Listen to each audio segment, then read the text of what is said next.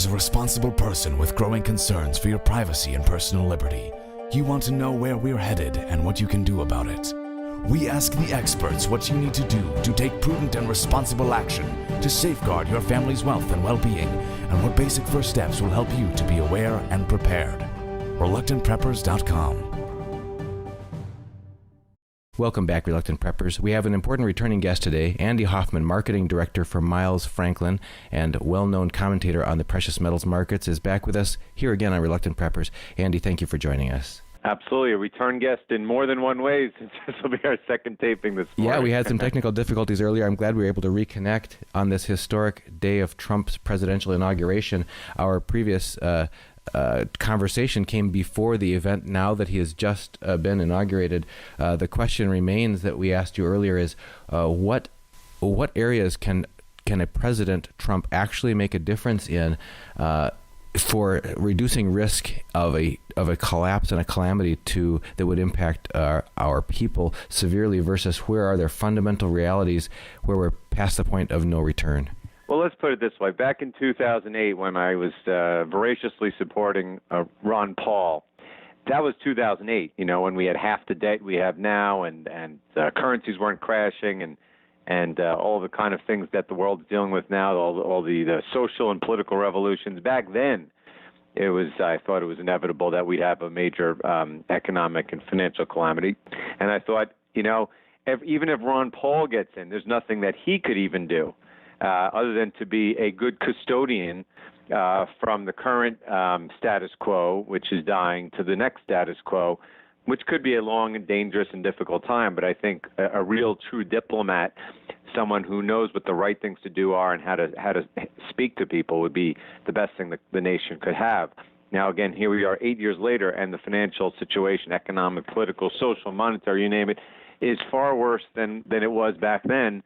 And still, my thought is the best America would be able to do is to have some kind of diplomat that would get us through what's coming and make the right decisions. Now, clearly, Hillary Clinton was the worst imaginable choice for this role, because we probably, it's inauguration day an hour ago, we'd probably be at war with Russia by now if she was president. So in that respect, that's a positive. Then again, he's initiating trade wars and currency wars and political wars with just about everyone, from the car makers to the nations of Mexico and Germany and China. So, I'm as worried as I've ever been about the state of the country. And as far as, the Trumpflation expectations of tax cuts and stimulus, it's all BS. There's absolutely nothing behind it. It's not politically or economically viable.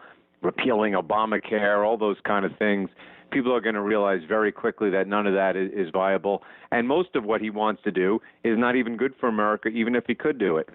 You mentioned some of the megatrends that are so fundamentally established that they remain.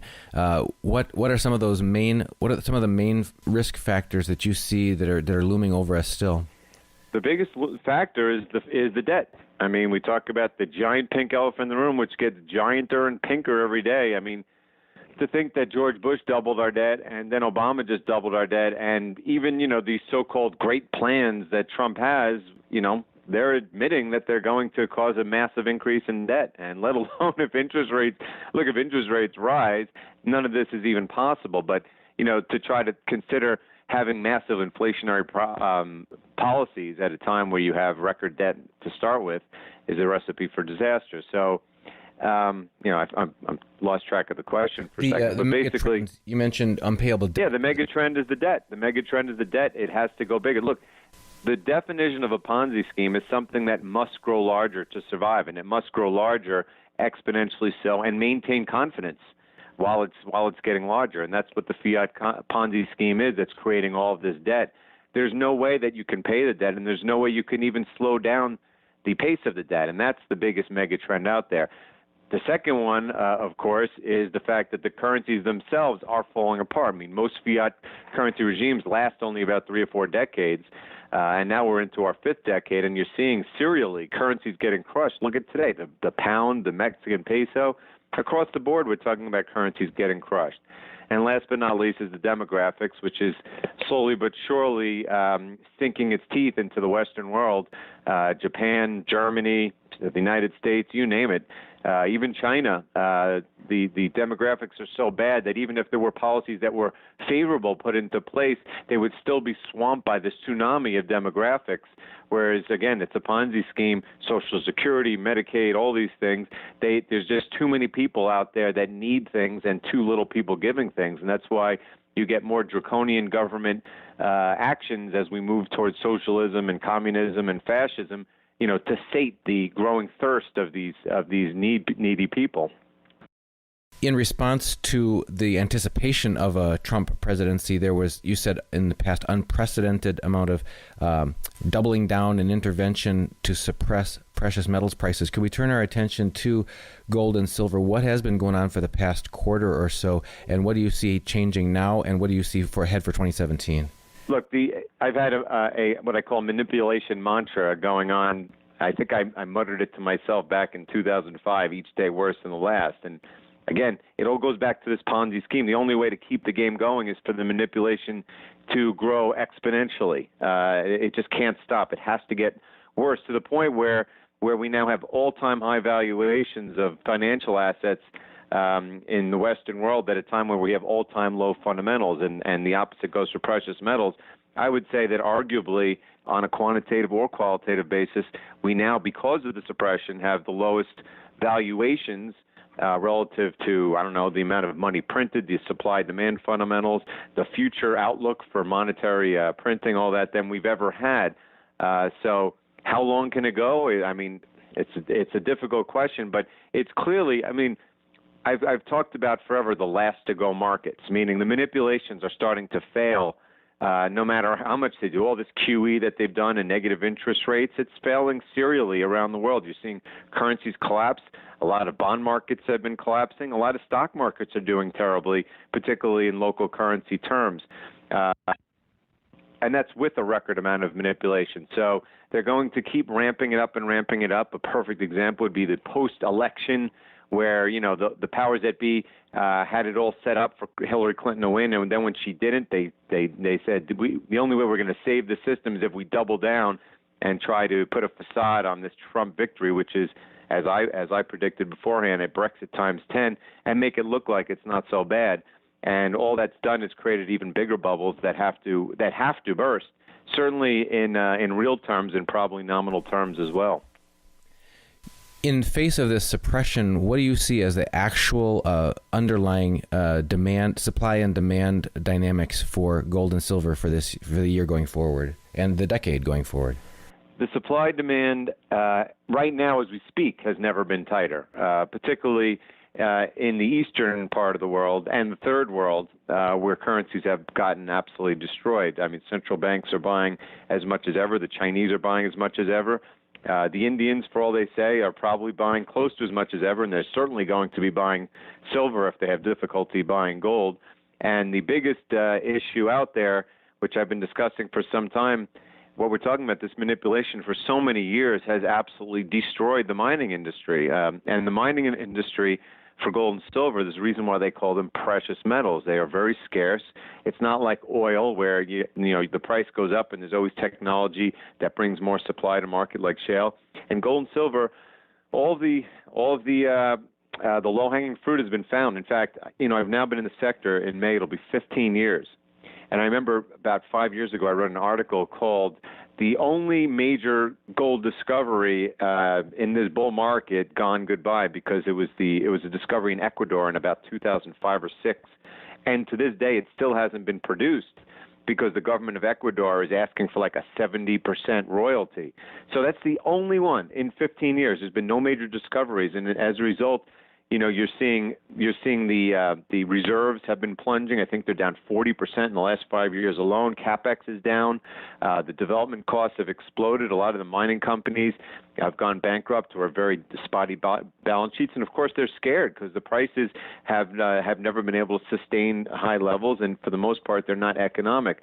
So as a result, I've been saying for some time that you're going to see a dramatic decline in production, and sure enough, I just wrote an article a few weeks ago called "The Most Bullish chart, gold precious metal chart you'll ever see, showing how the mainstream, I think it was S&P, is now forecasting a 20+% decline in gold production over the next decade. I have no doubt that it's going to be the same with silver.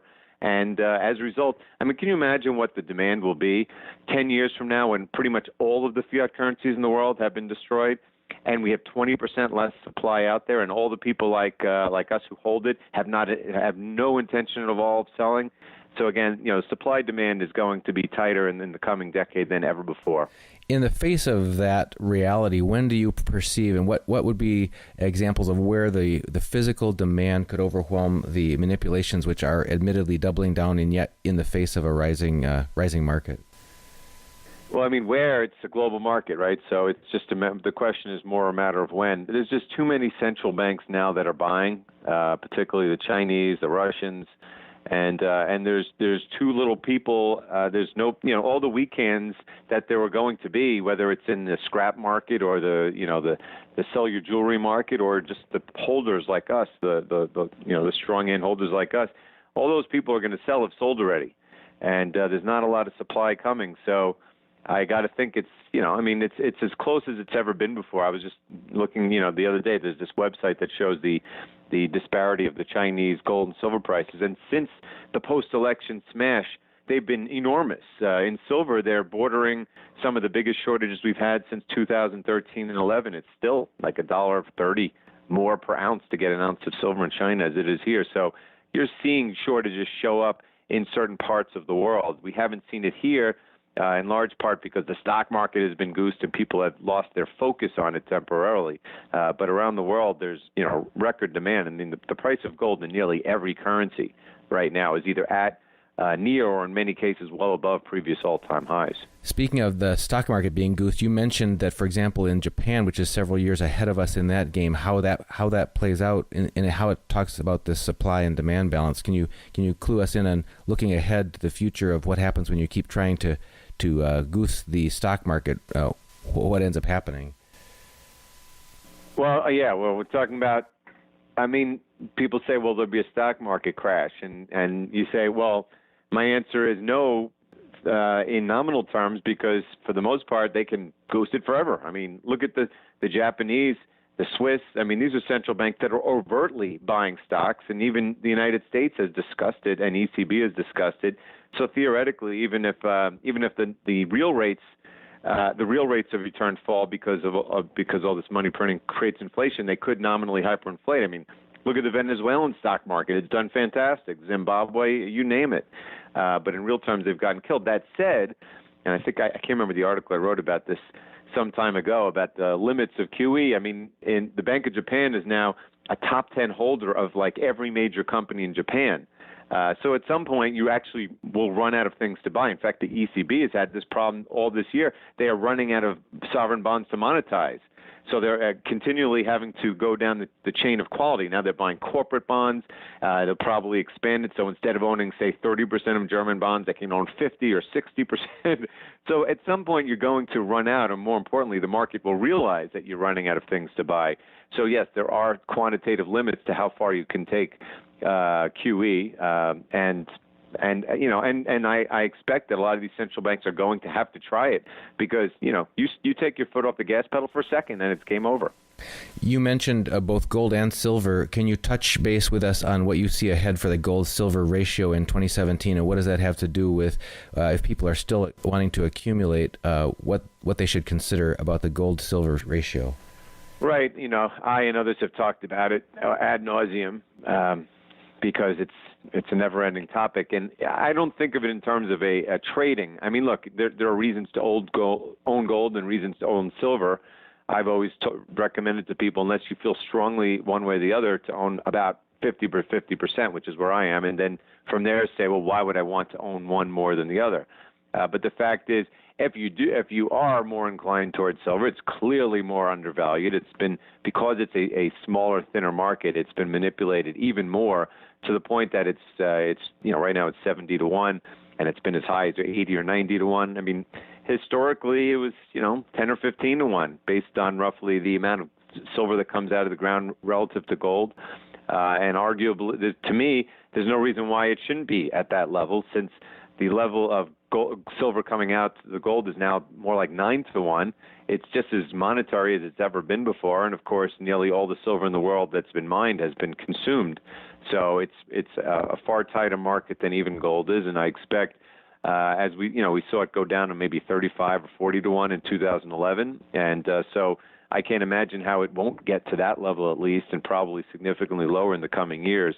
The only argument for not going all in silver is the fact that it is, in fact, far more volatile than gold. So if someone's new to the sector and they're all in on silver, they're going to experience some wild swings that it's going to take some time getting used to.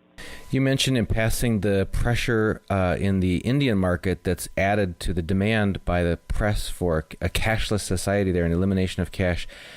The cashless society thing is something that has just been pressing on our minds and on the minds of our guests for some time now. But can you talk to us just briefly about what you see the real impacts are on the individual of the government and the banks pressing for a cashless society, and then where you see that playing out in India or other countries, and when you see it coming to the U.S.? Right. Look, a cashless society, which was openly discussed in Davos last year when our markets were under pressure, and again, it goes back to for anyone who thinks that our governments or central banks are proactive in any way, they are not. They are 100% reactive. When markets fall, they do draconian things. Like in India, they do a cash ban because they realize that their economy is a lot weaker than it's portrayed to be, and the people are a lot more angry and frustrated, and so they do these things to gain control. Just like in 2008, we were in Congress. They were actively debating the confiscation of IRAs when the market was at its lows, and in Davos last year, when the market was plummeting, they were actively discussing the quote war on cash here in the United States. So we're always one crisis away from these things happening. Anytime you see an announcement like that in India, you realize that they are in crisis, or capital controls that were just announced. They announced today in China 6.8% GDP growth, which, by the way, is the lowest GDP growth number they've ever had, to put it into perspective. But this is at the same time they're instituting these massive capital controls because money is fleeing the country. So you can bet that no matter what India or China report, those actions are telling you that there's a desperation out there, just like the discussion of the war on cash that went on in this country last year and is probably going to be going on in many others in 2017, which I've written will be the year of money printing, draconian government actions, and monetary revolution. As for when it will happen here, I believe it will happen here as soon as we have any kind of crisis in the financial markets, whether it's stocks or bonds or, heck, even soaring gold. But soaring gold will probably coincide with one of those two markets falling. And they cannot hold everything up forever because there's just too much of a tsunami of these big factors we're talking about: the debt, the demographics, the deficits, the uncertainty of Trump, the political and social revolutions around the world. At some point, there's going to be a crisis here, let alone economically, since we theoretically are in one of the longest, quote, recoveries in U.S. history, and arguably the worst. At some point, that's going to have to come to an end soon. And, the numbers seem to tell me that end is going to be this year. Why is a move to a cashless society a big deal for the individual? How does it really hit the individual person at home? It's that simple. It's as simple as a government confiscation scheme. It's no different. It's different in nuance if the government was to, quote, confiscate IRAs or institute capital controls on them or force you into treasury bond investments or raise the tax rate on it or the penalties. A war on cash simply means it prevents you from having control over your assets. It gives the government the means to, at a whim, change the rules to take your money. They can institute one-time fees or assessments. They can institute negative interest rates. They can institute capital controls, limit how much money you can take out, how much money you can wire. They can even, I've heard, they've talked about having two different exchange rates, meaning if you actually had cash, it would be worth less than the, quote, cash in the bank, which is essentially what's going on in India. So again, it's a wealth confiscation scheme. And I assure you that anyone that's announcing anything like that, the odds that the value of that currency is about to fall precipitously is very high. I mean, you can guarantee the Indian rupee, which was already at about an all-time low when this started, has nowhere to go but down. And any country that institutes it, you are going to get your money stolen from you in one way, shape, or form. That is a guarantee. So what can an individual do to protect themselves? Well, obviously there's so many different aspects of life, but to protect. But when it comes to finances, you have to get your money out of the system. And now that if they're going to institute a war on cash, even cash may not be that valuable anymore. So, the only things that I know out there that have ever been able to do that are gold and silver. Of course, you now have Bitcoin. That's another story. It's another avenue for being able to hide your money, which has its own risks. But I've talked about at great length recently because I think it poses a major monetary threat to the powers that be and acts as a natural ally to gold and silver. But the fact is, other than those areas, financially, if you want to protect your assets, when you're talking about the end game of a fiat currency regime, which is ultimately hyperinflation, there's not many other places to hide. Well, Andy, before we let you go, do you have any other thoughts for our viewers? Yes, just keep in mind that the Trump honeymoon, Trumpflation, which was all based pretty much on propaganda and manipulating markets to make that propaganda seem real. Like that rising copper prices is somehow going to occur. We're going to have this big infrastructure building boom, as if like the last 10 years or 15 years of Chinese building, which couldn't goose the price of copper, is all of a sudden going to happen under Trump. All that's a mirage, and it just ended an hour ago. So he's going to actually have to run into this brick wall of reality, and so will the financial markets when they realize that nothing that he wants to do is viable, and anything that he tries to do is not going to help. So be wary, because the end of the honeymoon is over, and it's the new year upon us, the year of money printing, draconian government action, and monetary revolution. And you've mentioned a number of your publications that, as you referenced during this interview, where can people find those directly? MilesFranklin.com. Miles Franklin has been in business now 28 years, one of the nation's oldest bullion dealers. And I write every day for free, and you can also call us at 800-822-8080 or email me at ahoffman@milesfranklin.com. And a reminder for all of our subscribers that if you go to our website, reluctantpreppers.com, sign up for our new free newsletter, you'll get full descriptions of all of our videos, which we've had to censor them from placing on YouTube due to the new advertiser-friendly guidelines, which is really censorship. And we also have expanded content from guest columnists. So make sure you sign up for the free newsletter on reluctantpreppers.com. Once again, Andy Hoffman, thank you so much for joining us again here on Reluctant Preppers. Very welcome.